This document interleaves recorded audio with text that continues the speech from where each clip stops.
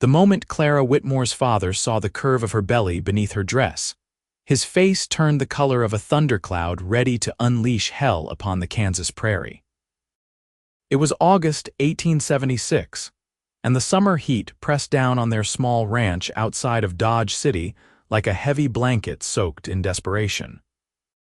Clara had been trying to hide her condition for 3 months, wearing looser clothes and avoiding her father's penetrating gaze, but this morning she had bent to collect eggs from the henhouse, and her apron had pulled tight across her abdomen. Thomas Whitmore had been walking past with a bucket of feed, and he had stopped dead in his tracks.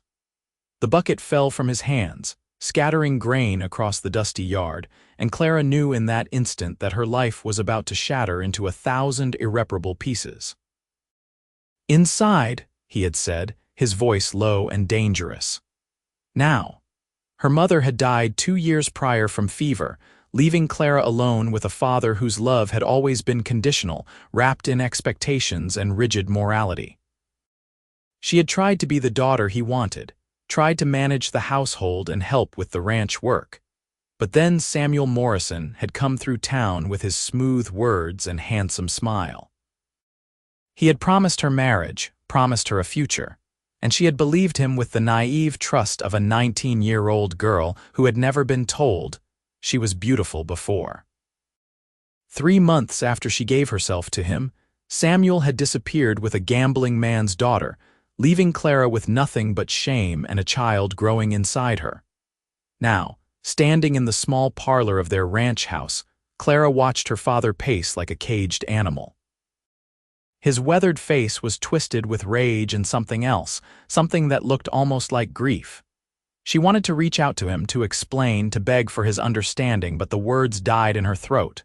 "Who," he demanded, spinning to face her, "who is responsible for this disgrace?" "Samuel Morrison," she whispered, her hands instinctively moving to protect her stomach. "But he is gone now. He left town months ago." Her father's laugh was bitter and sharp. "Of course he did. And you stupid girl, you gave yourself to a man without marriage, without any guarantee. Do you know what you have done? Do you know what shame you have brought upon this family?" Tears streamed down Clara's face, but she forced herself to stand straight. "I made a mistake, I know that, but this baby is innocent and I will love it and care for it, no matter what anyone says." "Not under my roof, you will not." The words fell like an executioner's axe. "I will not harbor a fallen woman and a bastard child. I will not have the neighbors whispering about the Whitmore shame every time I go to town. You have made your choice, Clara, and now you must live with the consequences." "Papa, please," she begged, stepping toward him with outstretched hands. "Where will I go? What will I do?" His face was like granite, unmoved by her tears. "You should have thought of that before you spread your legs for a traveling scoundrel. Pack your things. I want you gone before sunset." The cruelty of his words stole her breath, but Clara could see there would be no mercy, no forgiveness. Thomas Whitmore had always valued his reputation above everything else, and she had tarnished it beyond repair. With shaking hands, she climbed the stairs to her small bedroom and began to gather her belongings. She had little to take: a few dresses, her mother's Bible, a photograph of her parents on their wedding day, and the small amount of money she had saved from selling eggs and preserves in town. It amounted to barely $12, enough for perhaps a week or two of food and lodging if she was careful. By the time the sun began its descent toward the western horizon, painting the prairie in shades of gold and crimson, Clara stood at the end of the long drive leading away from the only home she had ever known. Her father had not even come out to say goodbye.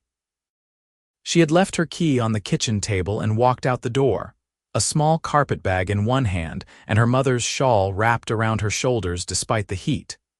She needed its comfort more than she needed relief from the temperature.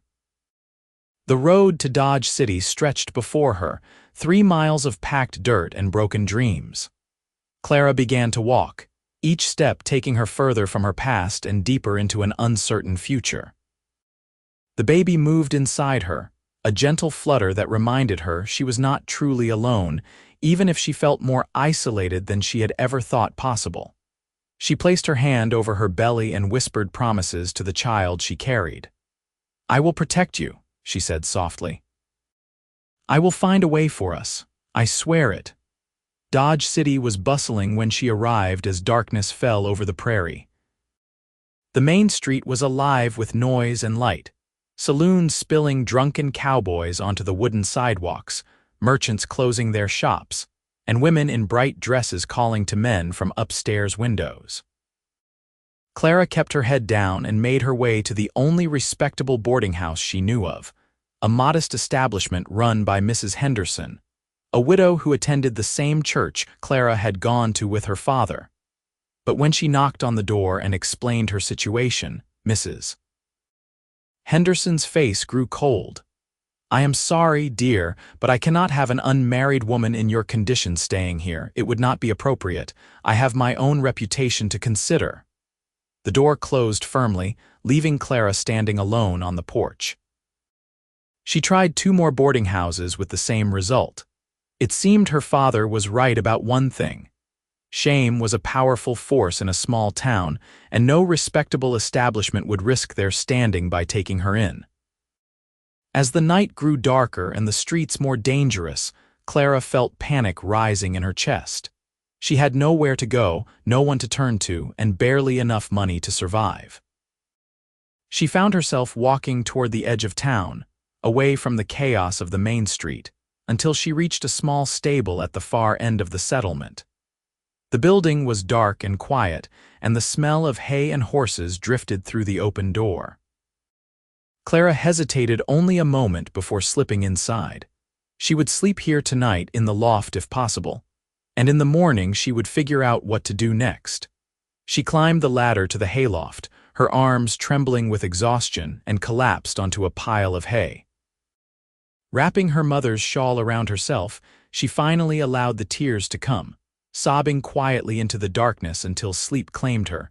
She woke to the sound of someone moving below. Pale morning light filtered through the cracks in the walls, and Clara sat up quickly, her heart racing. A man was feeding the horses, his movements efficient and practiced. He was tall and lean, with dark hair that curled slightly at his collar and a face that looked to be in his mid-20s. He wore the typical attire of a working cowboy, worn denim pants, a faded blue shirt, and scuffed boots. Clara tried to remain still, hoping he would finish his work and leave without noticing her, but a piece of hay crunched under her hand, and the man looked up sharply. Their eyes met, his a startling shade of green even in the dim light. For a long moment, neither of them spoke. Then the man set down his bucket and pushed his hat back on his head. "You are trespassing," he said, but his voice was not unkind. Clara scrambled to her feet, brushing hay from her dress. "I am sorry, I had nowhere else to go. I will leave right away." "Wait." He held up a hand as she moved toward the ladder. "You spent the night up there," she nodded, unable to meet his eyes. Shame burned through her again, hot and relentless. What must she look like to him? A desperate, ruined woman sleeping in a stable like some kind of vagrant.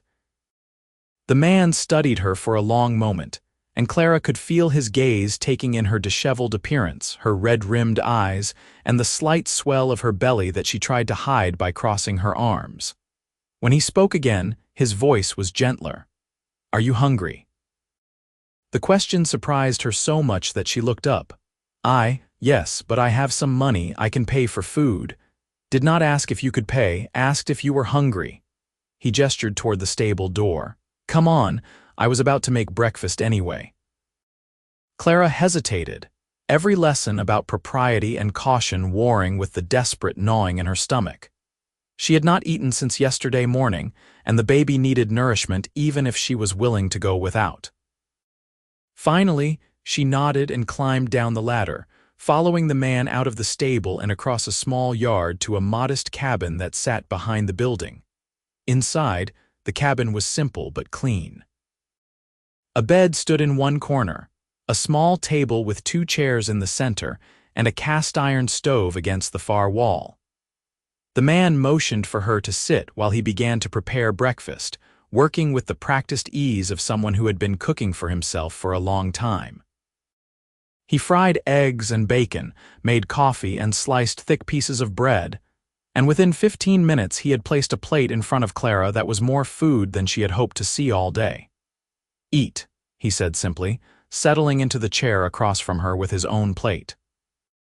Clara did not need to be told twice. She ate with single-minded focus, barely tasting the food in her hunger. When she finally slowed down, she looked up to find the man watching her with an unreadable expression. "Thank you," she said quietly. "I do not even know your name, James," he replied. "James Cordell. I work as a ranch hand for the Lazy K, but I live here and take care of the stable as part of my arrangement with the owner. And you are, Clara Whitmore." Recognition flickered in his eyes. Thomas Whitmore's daughter. She flinched at the name but nodded. "Not anymore. He told me to leave." James was quiet for a moment, his eyes dropping to her belly before returning to her face. Understanding dawned in his expression, but there was no judgment there, only a quiet sympathy that made Clara's throat tighten with emotion. "I see," he said finally. "And the father of the child, gone," she whispered. "He left town months ago. I have no one." James leaned back in his chair, studying her with those intense green eyes. Clara could not imagine what he was thinking, what he must think of her, but when he spoke, his words surprised her once again. "You can stay here," she blinked, certain she had misheard. "What? You can stay here," he repeated. "In the cabin. I will sleep in the stable loft. You need a place to live, and I have one, simple as that." But why would you do that? You do not even know me, and I am." She could not bring herself to say the words. "You are a woman in trouble who needs help," James said firmly, "and I am someone who can provide it. That is all that matters." Tears spilled down Clara's cheeks before she could stop them. "I cannot repay you. I have almost no money." "Did not ask you to." He stood and began to clear the plates. "You can help with cooking and cleaning if it makes you feel better about accepting help, but I am not asking for payment, Clara. I am just offering you a safe place to stay." She wanted to ask him why, wanted to understand what would motivate a stranger to such unexpected kindness, but the words would not come. Instead, she simply nodded, accepting this miraculous turn of fortune with a gratitude that felt almost painful in its intensity. Over the following days, Clara settled into a routine in the small cabin. She woke early to prepare breakfast for James before he left for his work at the ranch, spent her days cleaning and mending his clothes and preparing meals, and in the evenings they would sit together and talk. James was quiet by nature, but he had a dry sense of humor that surprised her and a thoughtful way of looking at the world that she found refreshing. He asked her about her life, about her mother and her childhood, and he listened with genuine interest when she spoke. In turn, Clara learned about James. He was 24 years old, originally from Missouri, and had come west 5 years ago after his parents died in a cholera outbreak. He had worked various jobs across Kansas and Nebraska before settling in Dodge City, drawn by the promise of steady work and decent pay. He had never married, though he admitted he had once been engaged to a girl back home who had broken things off when he decided to head west. She wanted security, he explained one evening as they sat on the small porch watching the sunset. Wanted to know exactly what her life would look like 10 years down the road. I could not give her that. "Do you regret it?" Clara asked. "Coming west, I mean." James considered the question, his eyes on the horizon. "No, I think I needed this. Needed to figure out who I was without everyone else telling me. Out here, you can be whoever you want to be. Your past does not matter as much as what you are willing to work for." His words resonated with Clara in a way she had not expected. Perhaps that was what she needed too.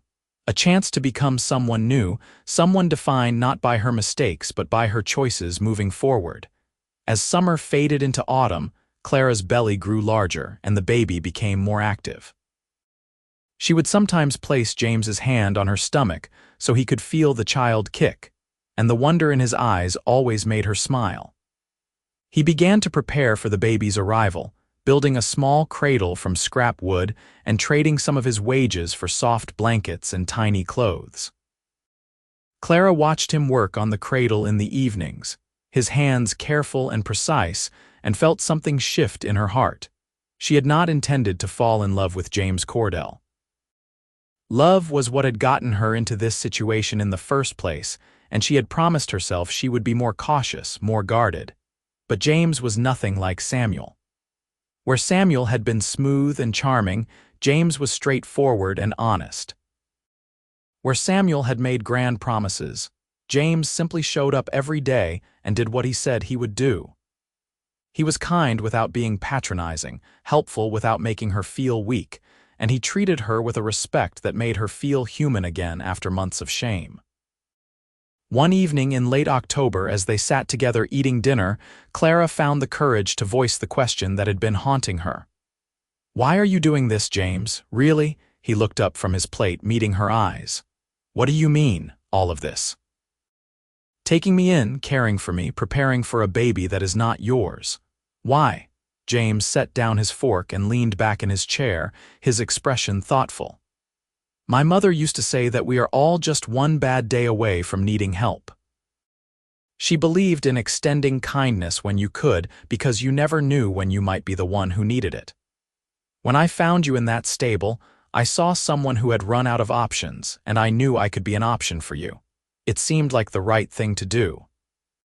"But it is more than that now, is it not?" Clara pressed. "You have done so much more than just give me a place to stay." He was quiet for a long moment, and when he spoke, his voice was low and sincere. "You are right. It is more than that now, Clara, these past few months. You have become important to me. I look forward to coming home because I know you will be here. I like talking with you and hearing your thoughts and seeing your smile. And this baby," he gestured toward her belly. "I know it is not mine, but I already care about it, about both of you." Clara's heart was pounding so hard she could hear it in her ears. "James, You do not have to say anything," he interrupted gently. "I just wanted you to know, no expectations, no pressure, just the truth." But Clara did have something to say. The words had been building inside her for weeks, and now they spilled out in a rush. "I have feelings for you too. I tried to keep my distance because I was afraid of being hurt again, afraid of being a burden.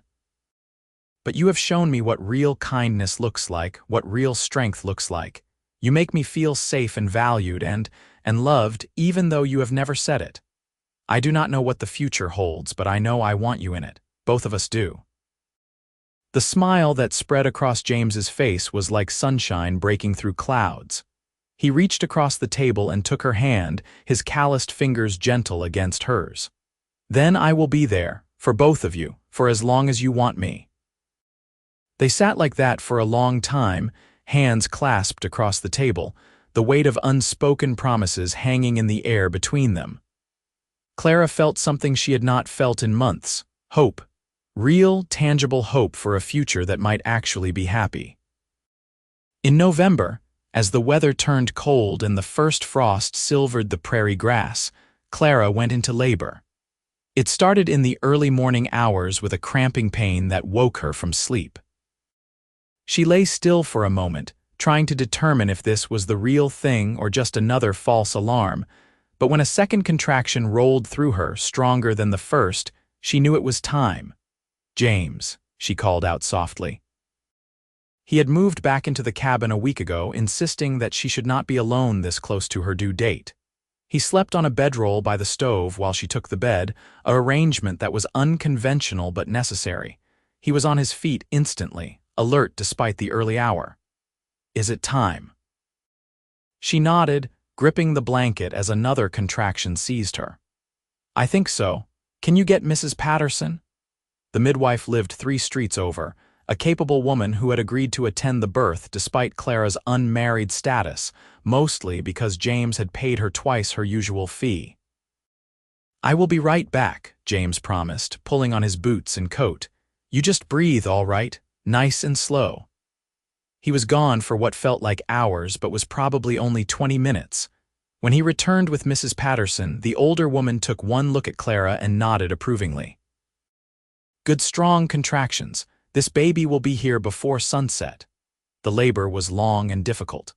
Clara had heard other women talk about childbirth, about the pain and the fear, but nothing had truly prepared her for the reality of it. She labored through the morning and into the afternoon, Mrs. Patterson guiding her through each contraction with calm authority while James stayed nearby, offering her water and cool cloths and words of encouragement. She gripped his hand so hard during the final pushes that she left marks on his skin, but he never pulled away, never showed anything but steady support. Finally, as the sun began to set on a cold November day, Clara's baby entered the world with a fierce cry that seemed to fill the small cabin with life and possibility. Mrs.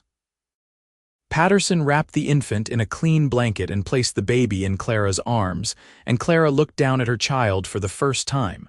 "A boy," Mrs. Patterson announced with a smile. "A fine, healthy boy." Clara stared at the tiny face, the small fists waving in the air, the dark hair plastered to his head, and felt love slam into her with physical force. This was her son, her child, and he was perfect. "Can I?" James asked softly, hovering nearby with an expression of such longing that it made Clara's heart ache. "Of course." She held the baby out to him, and James took the infant with careful hands, cradling him against his chest as though he were made of glass. The look on his face as he gazed down at the baby was one of pure wonder. "Hello there, little man," James whispered. "Welcome to the world, Mrs. Patterson cleaned up efficiently, checking on Clara and making sure both mother and baby were healthy before accepting her payment and preparing to leave. At the door, she paused and looked back at James and Clara, the baby still cradled in James's arms. "You have a beautiful family," she said with a knowing smile. "That boy is lucky to have parents who clearly love him so much." After she left, Clara lay back against the pillows, exhausted but happy. James brought the baby back to her, and she nursed him for the first time, marveling at how naturally he latched on, how right it felt to hold him. "What will you name him?" James asked, sitting on the edge of the bed. Clara had thought about names for months, but now that her son was here, only one felt right. "Matthew," she said softly. "It means gift of God, because that is what he is. A gift." "Matthew," James repeated, testing the name. "I like it, Matthew Whitmore." Clara hesitated, then shook her head. "No, not Whitmore. That name has brought us nothing but pain. If you are willing, I would like him to have your name. Matthew Cordell." James stared at her, his eyes wide with surprise and something that looked like barely controlled emotion. "Clara, you do not have to do that. I know he is not mine by blood, but he could be yours by choice," Clara said firmly. "You have been more of a father to him already than his biological father ever was. You built his cradle and bought his clothes and held my hand through his birth. You have claimed him in every way that matters.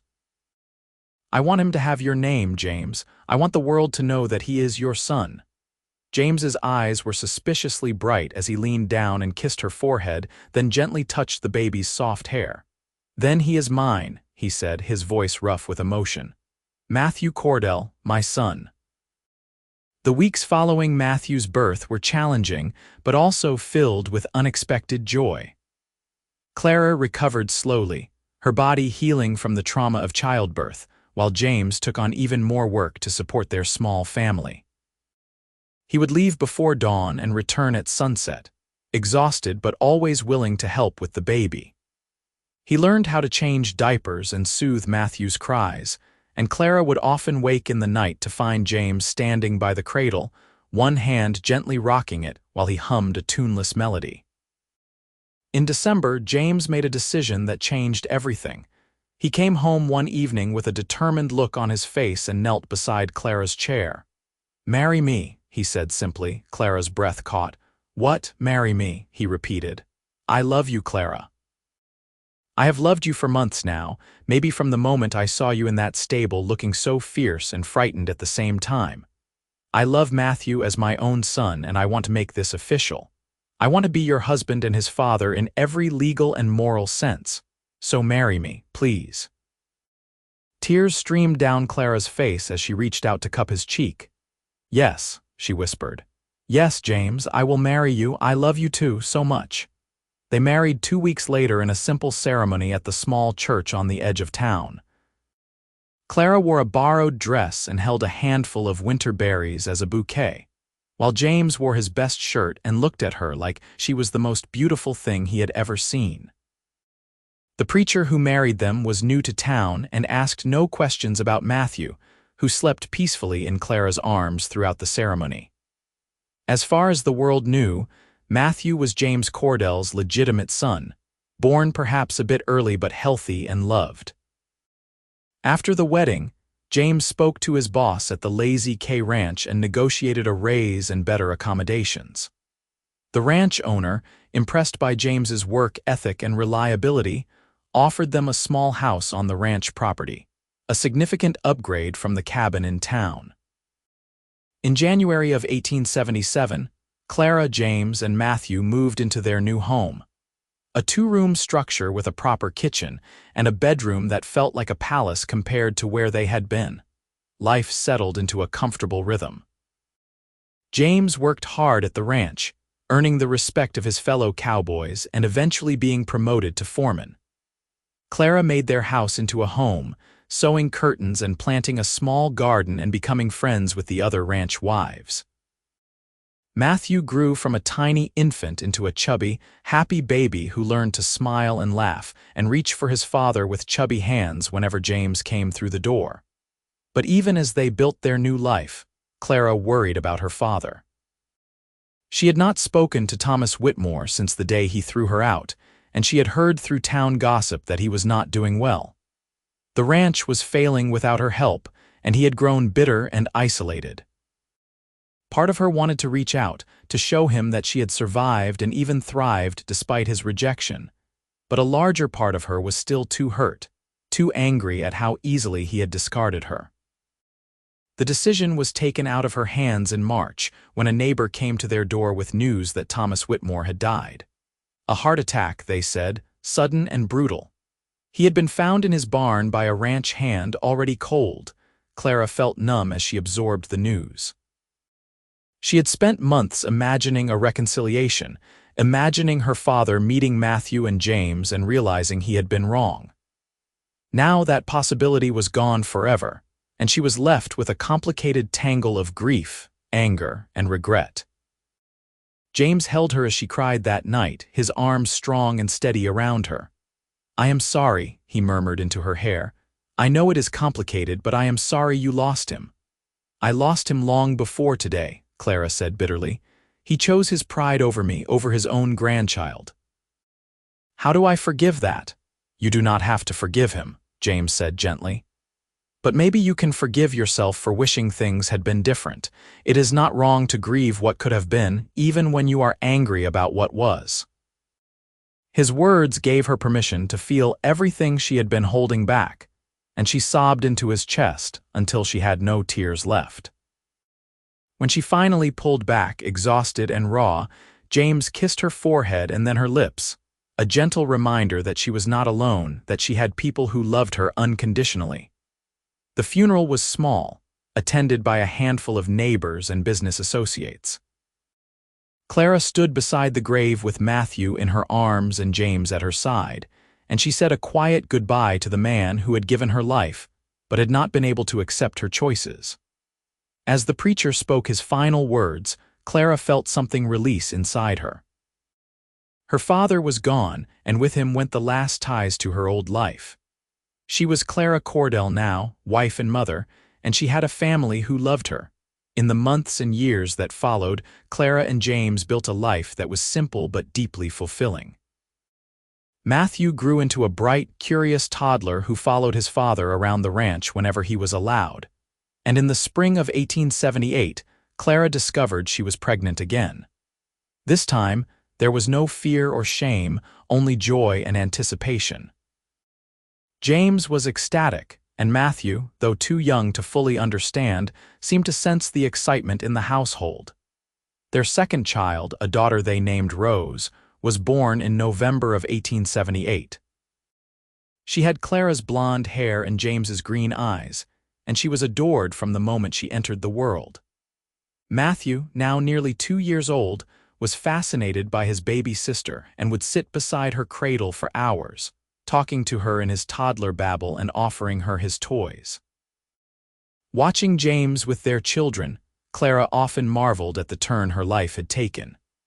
The man who had found her sleeping in his stable had become her husband, her partner, the father of her children. He loved Matthew with the same fierce devotion he showed Rose, never differentiating between them, never making Matthew feel like he was anything other than a cherished son. And Matthew, as he grew older, clearly adored his father, following him around and imitating his walk and insisting on wearing a hat just like James's. In 1880, James was offered a partnership in the Lazy K Ranch. The owner was getting older and wanted to ensure the ranch would be in good hands, and he recognized that James was the right man for the job. With the partnership came a larger house, a share of the profits, and a real sense of security that Clara had never experienced before. They moved into the new house in the summer, a four-room structure with a real parlor and separate bedrooms for the children. Clara stood in the middle of the empty parlor on moving day and spun in a slow circle, laughing with pure happiness. "What are you doing?" James asked, coming up behind her and wrapping his arms around her waist. "I am just happy," she said, leaning back against him. "Ridiculously, impossibly happy. 5 years ago, I was sleeping in a stable with nowhere to go and no one to turn to. Now look at us. We have a home and healthy children and a future. How did we get so lucky?" "It was not luck," James said, pressing a kiss to her temple. "It was choice. You chose to keep fighting when things were hard. I chose to help when I could. We chose each other. That is not luck, Clara. That is love." She turned in his arms and kissed him properly, pouring everything she felt into that single gesture. When they finally pulled apart, both of them were smiling. Life continued to unfold in beautiful and sometimes challenging ways. Matthew started school in 1881, a bright boy who loved reading and numbers. Rose grew into a spirited little girl who was afraid of nothing and constantly getting into mischief. In 1883, Clara gave birth to their third child, another boy they named Daniel. The house was loud and chaotic and filled with love, and Clara could not imagine wanting anything different. One evening in the fall of 1884, after the children were all asleep, Clara and James sat on the porch watching the stars emerge in the darkening sky. It was their favorite time of day, these quiet moments when they could just be together without the demands of children or work pressing on them. "Do you ever think about that first day?" Clara asked. "When you found me in the stable," James smiled, his hand finding hers. "All the time. Best day of my life finding you there. Even though I was a mess, even though I came with so many complications, especially because of that," James said seriously. "You needed help and I was able to give it, and in helping you I found everything I did not even know I was looking for. A wife. A family, a purpose. You gave me all of that, Clara." "We gave it to each other," she corrected gently. "You saved me, James, in every way a person can be saved. You gave me and Matthew a home and a name and a chance at a real life. You loved us when we were unlovable." "You were never unlovable," James said firmly. "Never. You were scared and hurt and in trouble, but you were never unlovable. And Matthew? Clara, that boy is my son in every way that counts. I do not care that I was not there at his conception. I was there for his birth and his first steps and his first words. I have been there for every important moment since, and I will be there for every moment to come. He is mine." Tears pricked Clara's eyes, even after all these years. "He is lucky to have you as a father, they all are." "And I am lucky to have them," James replied, "to have all of you." They sat in comfortable silence, hands clasped, hearts full. The prairie stretched out before them, vast and beautiful under the emerging stars, and Clara thought about journeys and destinations, about wrong turns that led to right places, about the strange and wonderful ways that life could surprise you. She thought about the girl she had been, frightened and alone and certain her life was over. She thought about the man who had offered her breakfast without judgment and a home without conditions. She thought about the baby she had been so afraid to bring into the world and how that baby had grown into a wonderful boy who filled their lives with joy. And she thought about the family they had built together, piece by piece, choice by choice, day by day. As Matthew grew older, he began to ask questions about his birth, about why he did not look quite like his siblings, about the things he heard whispered in town when people thought he was not listening. Clara and James had always known this day would come, and they had agreed long ago to tell him the truth when he was ready. The conversation happened on Matthew's 10th birthday in the spring of 1887. After the party and the cake and the presents, after Rose and Daniel had been sent to bed, Matthew lingered at the kitchen table with a serious expression on his face. "I need to ask you something," he said, his voice quiet but determined. Clara and James exchanged a look, and James nodded. They sat down across from Matthew, and Clara reached out to take his hand. "You can ask us anything," she said, "always." "Am I really your son?" Matthew asked, looking at James. "I heard someone in town say I was not. They said my real father was someone else, someone who left before I was born." James's jaw tightened, but his voice was steady when he spoke. "Yes, I heard what happened in town, and you deserve to know the truth, so I am going to tell you all of it." Over the next hour, Clara and James told Matthew the story. They explained about Samuel Morrison and how he had left before Matthew was born. They told him about how Clara's father had thrown her out and how James had found her in the stable. They explained how James had taken them in and cared for them and chosen to be Matthew's father in every way that mattered. Clara cried as she spoke, worried about how Matthew would react, but she forced herself to be honest, to give him the truth he deserved. When they finished, Matthew was quiet for a long time. He stared at his hands, his young face serious beyond his years. Finally, he looked up at James. "So you are not my father by blood," he said slowly, "but you chose to be my father anyway."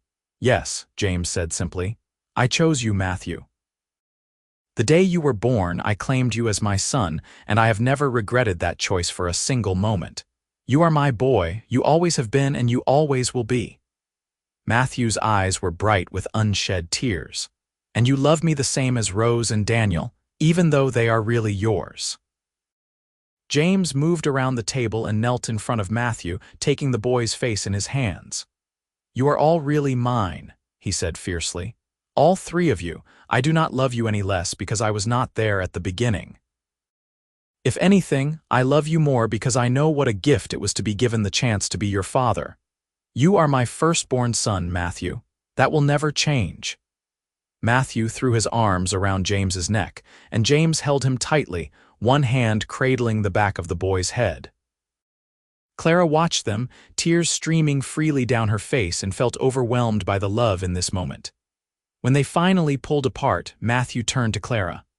"And you are my mother," he said, as if confirming something important. "My real mother, always," Clara promised.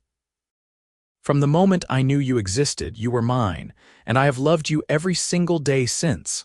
Matthew nodded, processing all of this new information. "I am glad you found each other," he said finally. "I am glad you kept me and that Papa chose to be my father. I would not want any other family." The tension broke, and Clara pulled Matthew into a fierce hug, James wrapping his arms around both of them. "Neither would we," Clara whispered into her son's hair. "Neither would we." After that night, something shifted in Matthew. He seemed more settled, more confident in his place in the family. He took pride in the Cordell name and in his relationship with James. And as he grew into a teenager, he became James's right hand on the ranch, learning everything his father could teach him about horses and cattle and the land. Rose grew into a young woman who was smart and independent, with dreams of becoming a teacher. She attended the school in Dodge City and eventually went on to a teaching college in Kansas City, much to Clara's pride and occasional terror at having her daughter so far away. Daniel, the youngest, was quieter than his siblings but had a gift with animals that rivaled his father's. He could gentle the wildest horse and seemed to communicate with the ranch dogs in a language all his own. The years passed in a blur of school recitals and harvest dinners, broken bones and first loves, arguments and reconciliations. Clara and James grew older, their faces weathered by sun and wind, their bodies marked by the hard work of ranch life. But their love never diminished. If anything, it grew deeper, richer, tempered by the fires they had weathered together. In 1895, Matthew married a sweet girl named Emma from a neighboring ranch, and Clara cried happy tears at the wedding. 2 years later, they made Clara and James grandparents for the first time with the birth of a baby girl they named Clara, after her grandmother. Holding that tiny baby in her arms, Clara thought back to the terrified girl she had been, sleeping in a stable and certain her life was over. That girl could never have imagined this. A loving husband, 3 grown children, a grandchild named in her honor, and a life filled with love and purpose. "What are you thinking about?" James asked, coming up behind her as she rocked little Clara on the porch. "Everything," Clara said softly. "How far we have come, how lucky we are." James sat down beside her, his arm coming around her shoulders. "We made our own luck," he reminded her. "Every step of the way, you made mine," Clara corrected. "When you found me in that stable and chose to help me instead of turning me away, you changed everything. You gave me a life worth living. And you gave me a reason to live it," James replied. "We saved each other, Clara. That is what love does. It saves us from our worst moments and gives us a reason to keep fighting for the good ones." They sat together on the porch, the baby sleeping peacefully in Clara's arms, and watched the sun set over the prairie. The land stretched out before them, familiar and beloved, marked by the years they had lived here and the memories they had made. Inside the house, they could hear the sounds of their family. Matthew and Emma laughing together, Rose playing the piano, Daniel arguing with one of the ranch hands about the best way to train a new colt. It was loud and chaotic and absolutely perfect. As darkness fell and the first stars appeared, Clara leaned her head against James's shoulder and thought about journeys and destinations, about the winding paths that led people to where they were meant to be. Her path had been hard, marked by heartbreak and rejection and fear. But it had led her here, to this porch and this man and this life, and she would not change a single step of it. "I love you," she whispered into the gathering darkness. "I love you too," James replied, pressing a kiss to the top of her head. "Forever and always." And there, on that porch in the fading light, with their granddaughter sleeping peacefully and their family gathered close, Clara and James sat together, grateful for every moment that had led them to this perfect, hard-won happiness. The Wild West had tested them, challenged them, and ultimately rewarded them with a love that had weathered every storm. Their story, which had begun with desperation and kindness, had transformed into something beautiful. A family built on choice and devotion, a love that had claimed what others rejected, and a future that stretched out before them like the endless prairie sky, full of possibility and hope. Matthew eventually took over the ranch when James decided to retire, running it with the same integrity and work ethic his father had taught him. He and Emma had 4 children total, and they grew up hearing stories about their brave grandmother who had faced impossible odds and their grandfather who had been kind when kindness mattered most. Rose became the headmistress of a school in Dodge City, educating generations of children with patience and passion. Daniel never married, content to live on the ranch and work with the animals he loved, but he was a devoted uncle who spoiled his nieces and nephews relentlessly. James and Clara grew old together, their hair turning silver, their steps growing slower, but their hands always finding each other. They sat on that same porch every evening, watching the sun set and remembering all the sunsets that had come before. And when James passed away peacefully in his sleep in 1912, at the age of 61, Clara held his hand and whispered her thanks for the life he had given her, for the love he had shown her, for choosing her and Matthew when no one else would. She lived another 5 years, surrounded by children and grandchildren and great-grandchildren, the matriarch of a family that had sprung from one act of kindness in a stable so many years ago. And when she finally closed her eyes for the last time, her last thoughts were of that morning when she had woken to find a green-eyed cowboy looking up at her with no judgment in his gaze, only an offer of breakfast and the beginning of everything that mattered. Their graves were placed side by side on a hill overlooking the ranch, and their descendants tended them faithfully, telling the story of Clara and James to each new generation. It became a family legend. The woman who was thrown out, the cowboy who took her in, and the love that had transformed rejection into redemption. It was a story of second chances and chosen family, of love that transcended blood and convention, and it lived on long after the Wild West had faded into history.